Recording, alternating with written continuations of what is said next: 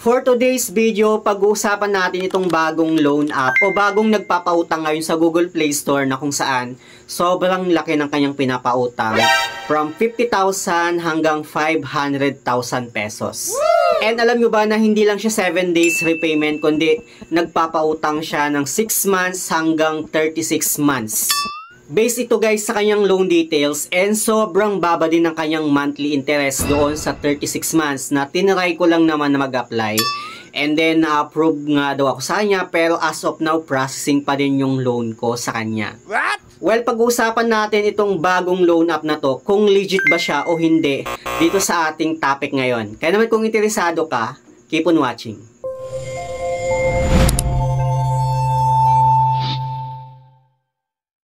Hello guys, it's Yel Mariano and welcome back to my YouTube channel.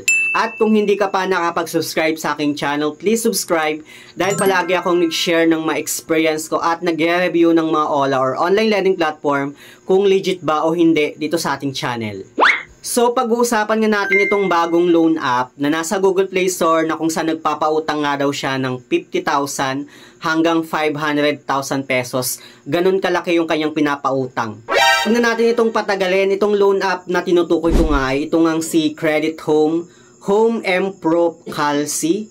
And pagmamayari nga siya ni Adries Rajakbra. Medyo mahirap bigkasin yung company niya, no? And dito nga sa kanyang downloads, medyo malaki na rin yung kanyang downloads, which is umabot na rin siya ng 10,000. And pagdating naman sa kanyang stars, nasa 4.7 stars na siya with 95 reviews. After ko nga siyang dinownload, inopen ko na yung kanyang apps. And dito magpo-provide tayo ng cellphone number na gagamitin natin sa kanilang application. And ilalagay lang din natin yung OTP or yung verification code na na-receive natin. Then after nun, mapupunta na tayo dito sa kanyang dashboard. At makikita nyo dito no, kung gaano kalaki yung pinapautang niya, which is 500,000 pesos. Wala nang ibang makikita dito sa kanyang dashboard maliban dito sa baba niya na sabi niya dito 50% off annual interest rate limited time offer. Actually, medyo nag-aalanganin nga akong mag-apply sa kanya kasi sobrang laki ba naman ng in-offer niya, which is 500,000 pesos. At hindi ko sure kung legit ba itong loan app na to. Baka kasi mamaya, auto-disburse pala siya. Pero since nandito naman na tayo sa kanyang application, tinuloy ko na lang. So, clinic ko yung Get First Loan. And dito nga, mag-fill up na tayo ng kanyang basic information, which is yung email, loan purpose, monthly individual income, source of income, industry, tapos yung ating education. Bali, yung mga pwedeng mag-apply sa kanya is business income or self-employed, salary, student, pwede palang mag-apply ang student sa kanya, professional income or self-employed, housemaker, unemployed at pension. Sa other information naman niya, pipilapan natin yung ating first name, last name, date of birth, tsaka yung ating PCN. Bali sa PCN guys, no, ito yung PhilSys ID number natin. Ilalagay natin dito. And then after nun, dito sa kanyang withdrawal information, magpo-provide tayo ng ating withdrawal account, which is GCash or Bank account. Yun lang yung option, wala nang ibang option na withdrawal account, no. Walang PayMaya or GrabPay. And then after nun, nag-loan eligibility na siya. Sabi niya dito, loan eligibility is in review. Hinintay ko lang siya na matapos, no.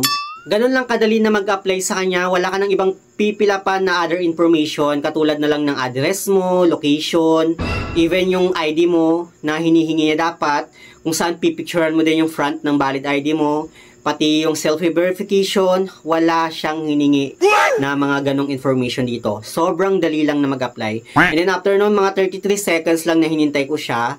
At dito nga sabi niya, already received. Congratulations, you have been qualified for the loan. Select the loan amount and loan term and you can get the loan immediately.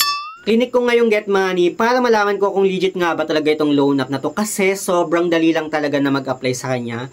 And dito nga no, sa kanyang loan details, nagulat ako na sobrang laki pala ng loan amount na pinapautang niya, which is 50,000 hanggang 500,000 pesos. And pagdating naman sa loan term payment niya, dito ha, may mali pa sa spelling ng loan term. Sa loan term, instead na loan term, then month. Tapos ito nga no, yung kanyang loan term payment, 6 months hanggang 36 months. So choice yun na lang kung ano yung mas prefer yung loan term payment niya. It's either 6 months, 12 months, 18 months, 24 months, or 36 months. Even doon sa kanyang loan amount na in-offer, choice nyo na lang din kung magkano yung gusto nyong hiramin. Sinubukan ko nga yung 50,000 kung magkano yung magiging monthly niya in 36 months. And dito makikita na agad natin kung magkano yung magiging repayment term natin. So, loan amount is 50,000, loan term 36 months, total interest is 3,750 pesos. Monthly interest rate niya lang daw is 0.21%. And yung monthly repayment ko sa kanya is 1,493.6 pesos. Anyway, kinalculate ko nga siya para malaman ko kung magkano yung magiging total interest niya in 36 months. So, 1,493.6 times 36 months, magiging 53,769.6 pesos lang siya.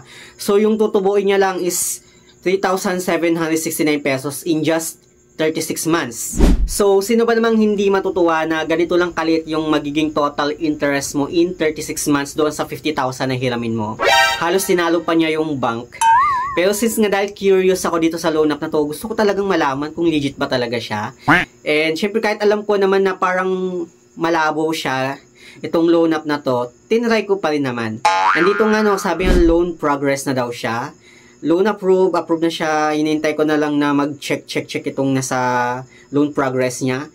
And sobrang tagal ha. So dito, chinek ko muna yung kanyang loan details no. Andito na nga yung magiging loan amount, 50,000, loan term 36 months. Total interest niya is 3,750 pesos. Monthly repayment 1,493.6 pesos. Monthly principal is 1,388.89 pesos. Monthly interest is 104.17 pesos lang. Ganun na kaliit. Monthly interest rate niya is 0.21%. And dito na sa kanyang repayment details, makikita na natin no, yung magiging loan term payment natin, which is phase 1 hanggang 36.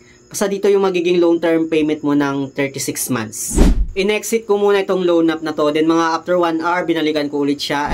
At dito nga nagpakita itong processing fee niya. Sabi niya, confirm payment information. All fees you pay are charged by the bank and will be refunded within 7 days if you cancel the loan. So dito no, mayroon siyang processing fee na 500 pesos. Doon nagtataka na ako na bakit meron pa siyang processing fee na 500 pesos, umuutang ka lang naman. Sa mga hindi nakakalam kung para saan yung processing fee niya, ito yung kailangan mo munang bayaran daw, yung processing fee, which is 500 pesos nga, bago kanila ma-offeran. So dito pa lang guys no, sobrang red flag na agad itong loan app na to. Bakit kailangan mo munang magbayad ng processing fee kung kaya ka nga umuutang, 'di ba? Kasi medyo nagipit ka. Tapos ngayon hihingan ka pa ng processing fee or kailangan mo munang magbayad ng processing fee. Kung pwede rin naman nilang ibawas na lang doon sa loan amount na hihiramin mo itong processing fee. Wag kayong magpapabudol sa mga ganitong klase ng loan app na humihingi muna ng processing fee bago ka na ma-offeran ng loan. Doon pa lang talaga guys, alam nyo na dapat red flag na siya. Kasi kapag once na mag-a-apply ka sa mga bank, or even nga kay Bilis na nag-apply ako sa kanya, hindi naman sila humingi ng processing fee. Legit pa sila ha. What if nagbayad ka ng processing fee tapos hindi ka naman na-approve? Sa tingin mo ba ibabalik nila yung 500 pesos na binayad mo? Lalo na't hindi mo alam kung kaninong bank account, kung sino yung naka-receive nung 500 pesos na pinambayad mo para lang sa processing fee. Isa pa sa mga napansin ko sa kanya kung bakit nasabi ko siyang red flag dahil sa kanyang application kulang-kulang yung hinihingi ng information. Katulad na lang ng address mo, hindi siya humingi ng address. Even yung valid ID na kailangan talaga nating mag-provide, diba dapat require talaga na mag-submit tayo ng ating ID and dapat picture yung front ng valid ID, tapos mag-selfie verification. Wala nang mga ibang pifilapan doon, kundi yun lang. Sobrang dali lang talaga na mag-apply, tapos approve ka na agad. Pero yun nga, bago ka nila ma-offeran, kailangan mo munang magbayad ng processing fee. Mukha nyo. Para sa akin, not recommended itong loan app na to. And ito lang yung advice ko sa inyo guys, no. Sa mga nagbabalak dyan, wag kayong magbabayad ng processing fee para lang ma-offeran kayo. Hindi natin alam. Kasi talagang modus talaga ito ng ibang mga loan app. So, yun lang naman yung gusto kong i-share. Sana meron kayong natutunan dito sa ating panibagong topic ngayon. Kaya naman sa mga hindi pa nakapag-subscribe sa aking YouTube channel, please don't forget to like, share, subscribe. Click the notification bell para lagi kang updated sa aking mga susunod na video. Thank you guys, thank you for watching, and see you on my next video. Bye!